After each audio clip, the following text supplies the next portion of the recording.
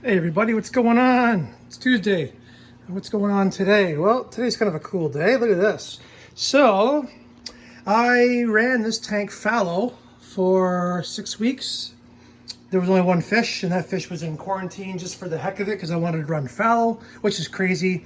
All kinds of pods and amphipods and things came out like nuts since they didn't have a fish to eat them. But anyway, these coral have gone through fallow, in my opinion, and everything's looking good. Everybody's happy and healthy, as you can see.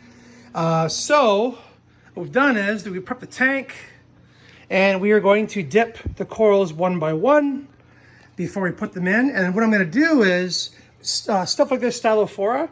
I'm not going to cut the back of the plug off and glue it yet. I'm going to try it, like say in a spot up top here, and we're going to try that for a week, and we're going to see how it adapts and how it likes it. If it comes out, if it doesn't like the flow, we'll make some adjustments. So that's what we're gonna do. It's gonna be easier with stuff like this mushroom, the Favia. I have some acans right there. They're gonna go on the sand bed, which is cool. Got some blastos and some zoas that are gonna go in a couple spots as well. So I'm starting a zoa garden right there. There's some rastas, they're pretty expensive. There's a zoa garden right here that's pretty established.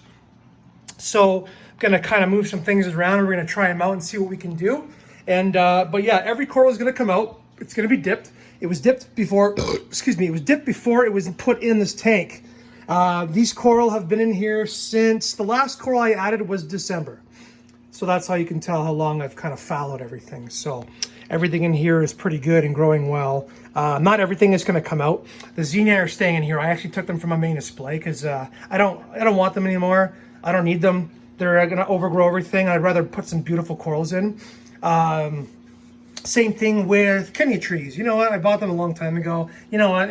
Don't need them. I'll leave them in here or sell them or give them away to somebody. I want the good stuff.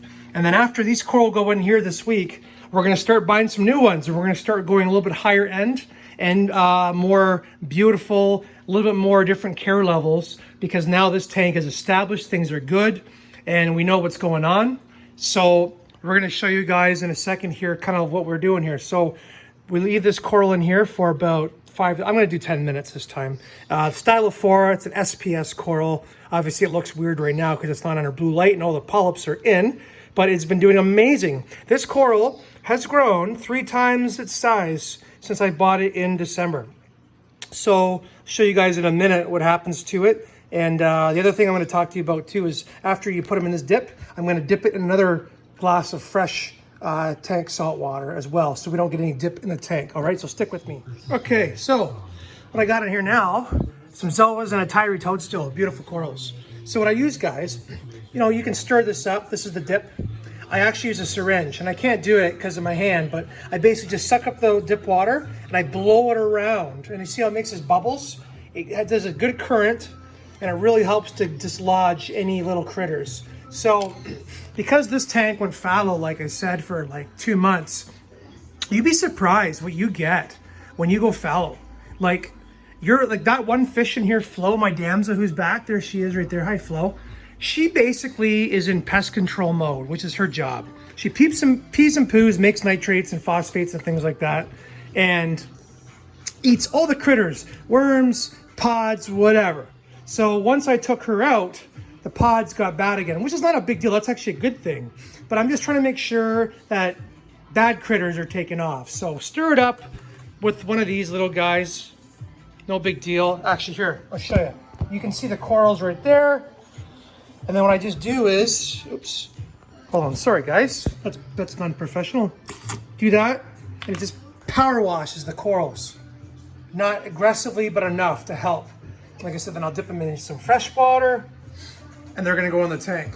And as you can see, I don't know if you, hopefully the blues aren't too bad.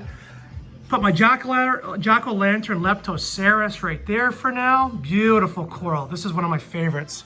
Put my mushroom right there.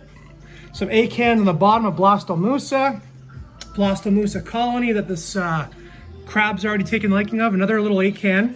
Love acans. Good on the bottom. One of my mushrooms I've had for a long time. Rainbow clove polyps. A Favia, which I'm going to do a little bit of a Favia garden. Just, I want this coral to kind of acclimate first. And of course, my Stylophora. So there's what it looks like there. And it's at the top of the rock. And I have to see if it likes that spot or if I'm gonna move it, because it's at the top of the tank and in the most flow. So we will see what happens over the next couple days, how it adjusts. But everything just came at a dip and it's been moved, so everything's pissed off at me. So you're not gonna see the full opening of any of the corals yet. But anyway, I will show you what the end result looks like shortly. All right, so I'm done making a mess, and that was quite the mess. Taking coral from the frag tank to this top here, countertop, and look at this mess right here. Clean this mess up, what are you doing? So, and then from there, dipping into the display tank. So, don't mind that floating stuff you see. That's actually a piece of nori that broke off. And it went through the Nero 5 and it basically minced meated it. So that's okay. It'll go in the filter socks. I'll get it out. So everything's doing okay so far. All the placements of the corals are based on where they're supposed to be, roughly.